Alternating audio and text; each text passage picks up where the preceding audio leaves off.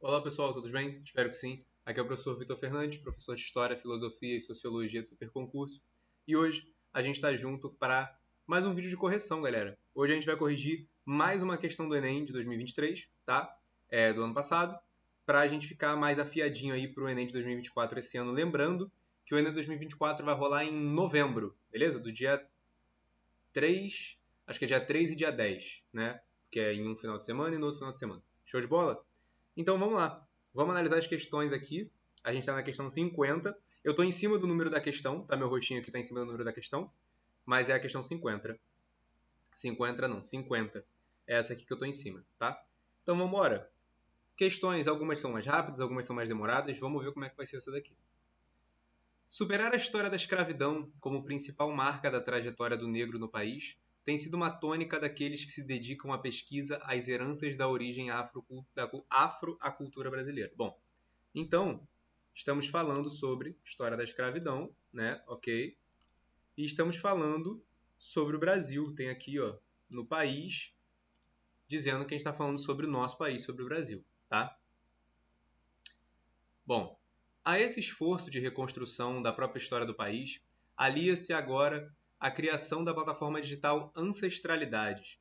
A história do negro no Brasil vai continuar sendo contada a cada passo que a gente dá para trás. Calma. Vai continuar sendo contada. E cada passo que a gente dá para trás é um passo que a gente avança. Entendi? Dá um entender um passo que a gente dá para trás, essa coisa de relembrar essa história, né? Contar essa história, dar um passo para trás, olhar o passado, né? E a cada vez que a gente faz isso, a gente avança. Diz Márcio Black, idealizador da plataforma, sobre o estudo de figuras ainda encobertas pela perspectiva histórica impostas pelos colonizadores da América. Olha aí. Plataforma idealizada sobre o quê? Sobre o estudo de figuras ainda encobertas, ou seja, figuras da história negra do Brasil que não são muito comentadas, não são muito faladas, né? Figuras encobertas como sendo aquelas que não são muito tratadas, exploradas, conhecidas, ainda não estão nos livros de história, de repente, do ensino fundamental, do ensino médio, né? E existe aí um esforço, uma necessidade de reconstruir, de contar essa história, de resgatar essas figuras para que a gente conte essas histórias e avance, né?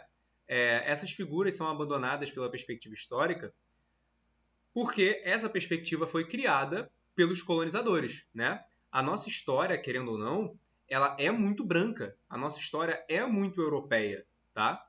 Porque ela é idealizada por colonizadores, ela é idealizada pela Europa, principalmente, né? Bom, beleza. Então, conseguimos compreender isso daí do textinho, né? Tem mais coisas que a gente pode pegar, mas vamos por aí.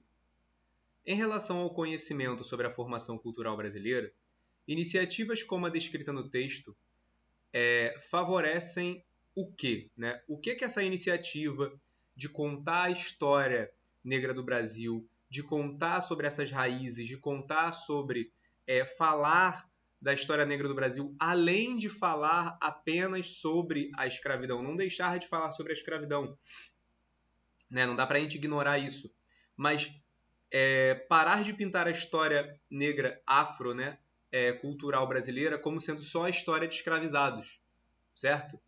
Porque nós temos grandes figuras nessa história que não são exploradas. Por quê? A perspectiva europeia, para a perspectiva europeia, só é interessante tratarmos essas pessoas como as pessoas que foram escravizadas, né? Isso cria uma diminuição também dessas figuras, né? Então, esse estudo para trazer a perspectiva histórica, figuras encobertas, que foram encobertas pela colonização, esse estudo de ancestralidade, esse estudo que reforça, né, esse esforço para reconstruir a história do país, eles favorecem o quê? O que isso vai favorecer? Certo? Vamos lá. Bom, letra A. Recuperação do tradicionalismo. Bom, isso não vai trazer uma recuperação ao tradicionalismo, porque nós estamos quebrando o tradicionalismo. O tradicionalismo é essa perspectiva trazida e imposta pelos colonizadores. Isso é o tradicional, certo? Então a gente não vai favorecer a recuperação do tradicionalismo, porque a gente está quebrando paradigmas, quebrando padrões com isso, certo? B. favorece o estímulo ao antropocentrismo.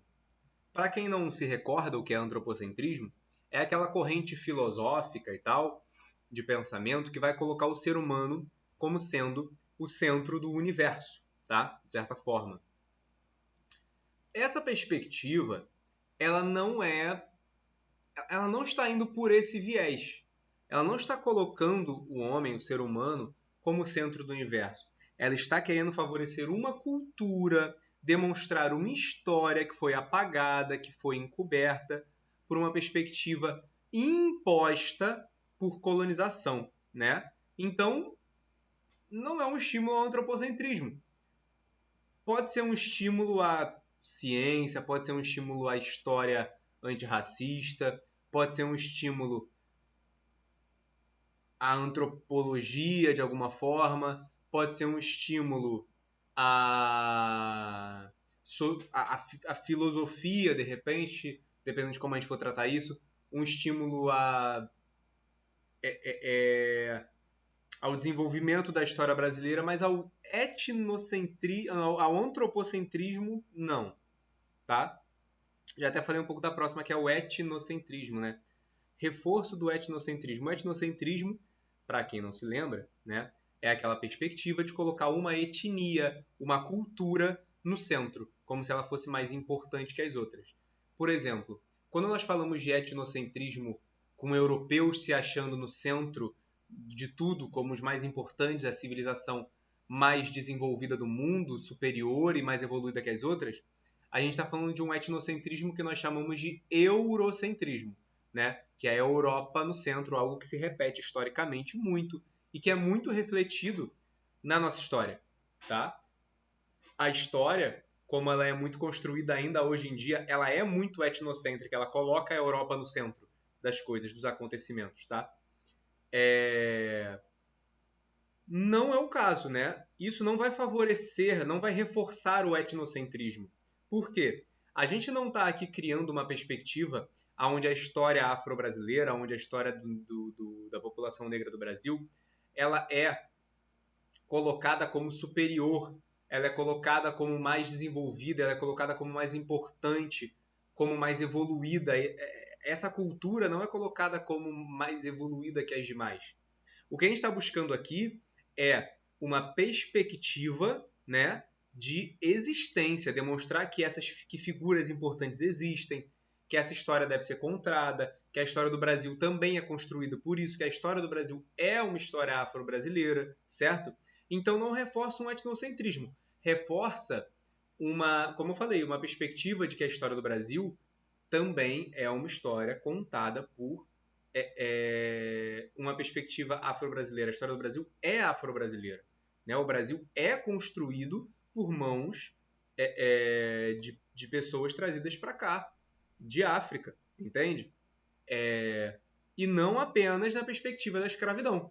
É claro que ela está inserida nisso, mas existem figuras não escravas que são importantes para a história do Brasil, como Machado de Assis, por exemplo, que era negro, certo? E é muito retratado como branco desde sua época, e que a negritude de Machado de Assis ela é historicamente encoberta por essa perspectiva colonizadora, entende? Por essa perspectiva etnocêntrica, por essa perspectiva eurocêntrica da Europa no centro, do branco no centro, entende? É disso que a gente está falando. Letra D. Resgate do teocentrismo. O teocentrismo é aquela perspectiva filosófica onde a gente vai ter a religião, né? Deus no centro das coisas. O texto não está falando sobre isso, não trata sobre essa perspectiva religiosa, não tem nem sentido aqui para a gente. E bom, nós eliminamos todas as opções, só nos restou a letra E. Reforça, favorece o quê? A crítica ao eurocentrismo. Sim, a gente reforçar a história do Brasil como uma história afro-brasileira, as heranças afroculturais brasileiras, a gente trazer essas culturas encobertas que foram encobertas pelos colonizadores da América, que são europeus, né? A gente ser dito que a história do negro no Brasil vai continuar sendo contada, né? Independente do que aconteça, demonstrar essas heranças, o esforço para a reconstrução dessa história, que até certo momento era dita como uma história construída por europeus e não é, certo? Isso tudo vai reforçar a crítica ao eurocentrismo, criticar essa perspectiva europeia e colonizadora, da cultura europeia no centro, como mais evoluída, como mais civilizada que as demais, certo? Então, gabarito, letra E, crítica ao eurocentrismo. Show de bola, galera? É isso. Ficamos por aqui, ó. Até a próxima questão. Beijo. Um abraço.